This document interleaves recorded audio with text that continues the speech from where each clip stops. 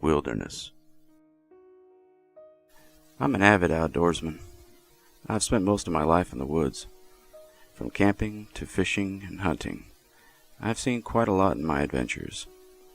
As a military veteran, I've also seen some things that would make the average person ill. I like to take my trips by myself usually, except for my dog Rusty, of course. He's my constant companion through thick and thin. Since my previous relationship didn't work out, I've found so much solace in the woods. The trees, the little streams, the animals. Sleeping under the stars is something you have to do in your lifetime. There's just no describing in words the infinite depth and beauty of our solar system. It makes you feel pretty small when you think about it. Presently, I find myself in the backwoods of Montana, in the Bob Marshall Wilderness, near Kalispell.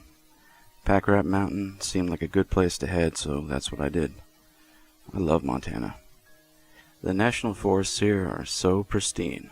When you get off the grid, you almost feel like what it was like when the earth was new. Such untapped beauty. I'd taken my truck as far as the access road could get me, and I stopped at the trailhead. Rusty was anxious to start our new adventure, and he had been eagerly scanning the forest in anticipation. I checked my gear and strapped on my favorite external pack, and off we went. We made great progress the first day, as the sky was clear and blue without a cloud in sight. I had heard of some good fly fishing in this area, and I had tied up some custom flies just for the occasion. I hadn't seen many other folks on the drive up here, and that's how I liked it. Less people meant more wilderness for myself and Rusty. After making about 6 miles of headway the first day, Rusty and I stopped to camp next to a great location with overhanging trees and a creek nearby. We were right near a nice cut bank, and I was already picturing the trout on the end of my line in the morning. After a small dinner, Rusty and I sat near the fire for a while, just soaking everything in. The crackling of the dry firewood and the warmth provided comforts you could only dream about in the city. I poured water over the fire, as all responsible campers should, and Rusty and I crawled into the 2-person dome tent we would call our home for the night. It wasn't the cold season yet, so I had a minimal sleeping bag, and Rusty curled up against it, and soon we both drifted off to sleep.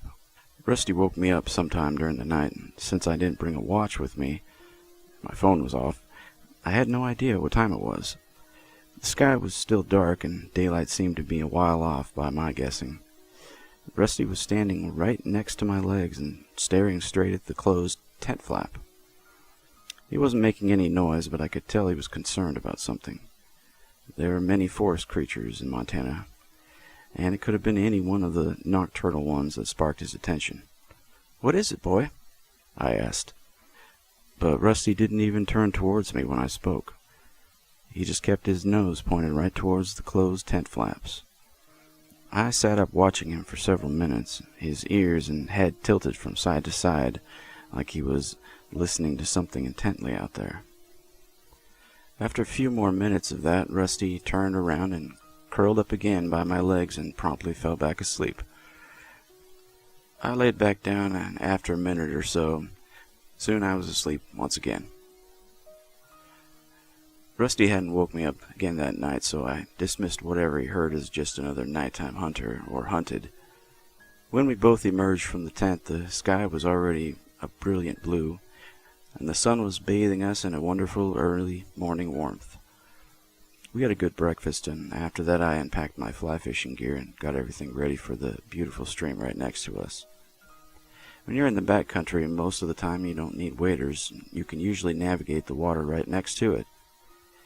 This was what I loved about the wilderness. It was spread out right in front of us, as if it was put there just for Rusty and I. Rusty liked to watch my fly line curl back and forth as I made the best presentation that an amateur fly fisherman could. Soon enough I got a hit. I hand-peeled a bit of line off into the water so the fish could tire itself out some. It was fighting good. These high mountain trout are natural to the region, and they always put up a good fight. I unhooked my net and landed a beautiful cutthroat, and it was at least 17 inches long. I took a couple pictures for myself, and then I released it back into the stream. I don't usually eat the fish I catch unless I'm very hungry, and we still had plenty of food left for several days. After a few hours of fishing and catching lots of beautiful fish, we packed up our camp and headed up the trail once again. The crunch of my boots on the trail and the constant presence of my best friend were all I could ever hope for in life. We made good progress again, and after about 6 miles we decided to set up camp under a canopy of trees and a fire pit that someone had been kind enough to make for us some time before. I was awoken by Rusty just like the other night, and he was pointed once again towards the tent opening. This time the hairs were standing up on his back, and I could see he was baring his teeth. "Rusty?" I said. No response except for a low growl he started to make. I had never seen him act this way before. This made me nervous. I reached for the .357 I had packed in my things and eased my way towards the tent door. When I touched Rusty, he jumped as if he'd completely forgotten I was there.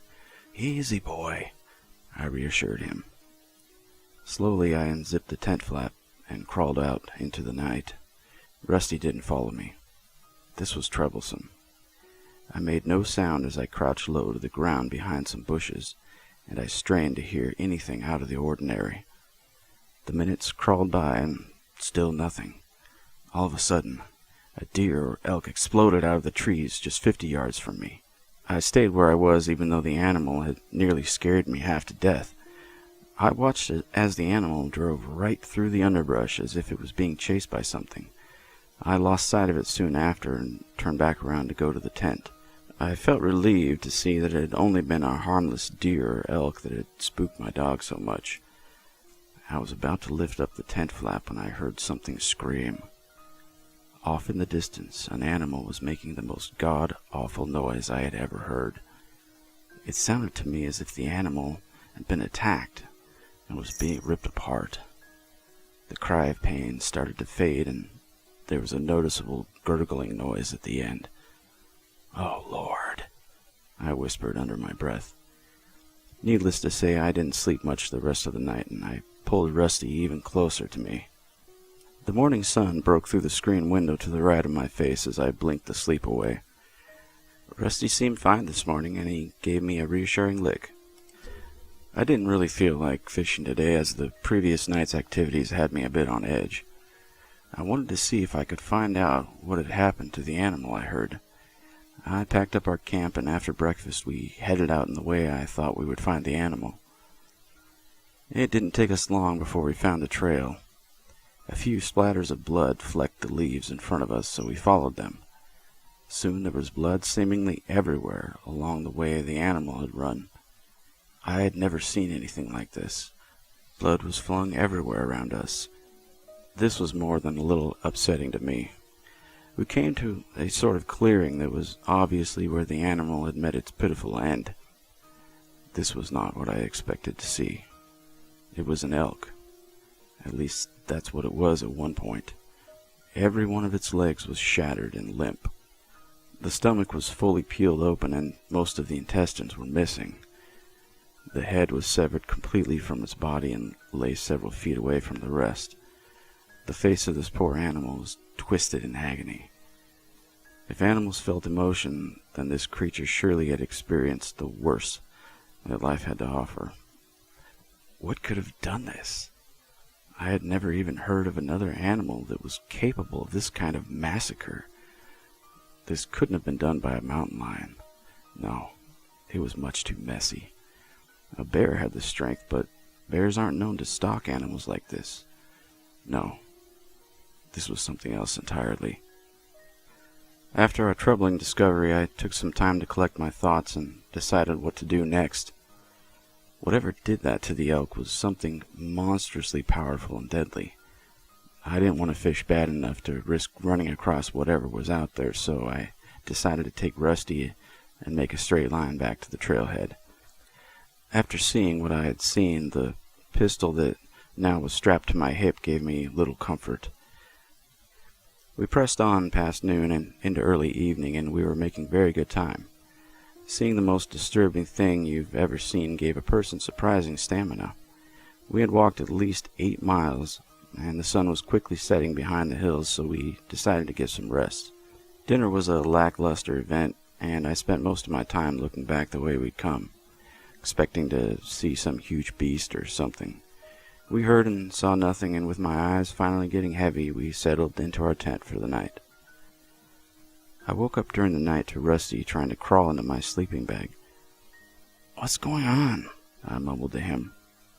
He was shaking and burrowed right down next to my feet. My mind instantly went back to the horrible sight of the elk, and adrenaline forced me awake. I quieted my breathing and willed my ears to pick up any noise, no matter how small. I heard nothing at first. I had almost calmed down when I finally picked up a noise somewhere outside in the trees. "What is that?" I thought to myself.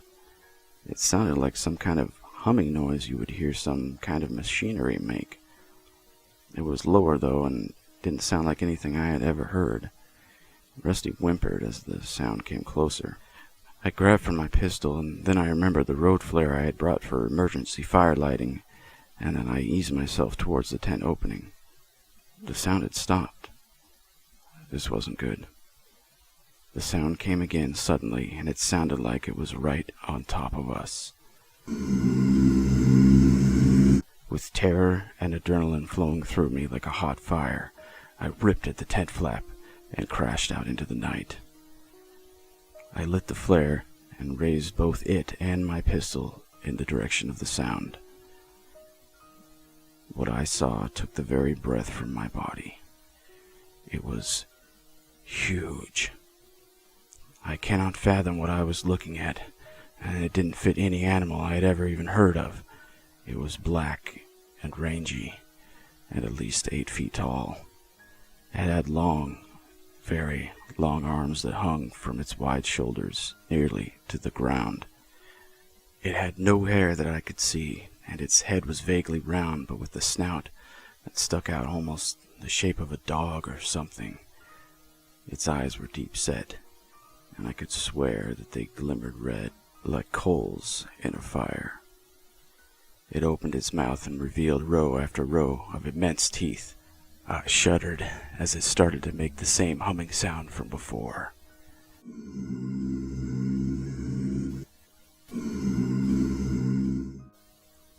That was all the motivation I needed. I fired off several shots at it and flung my flare right into that horrible face.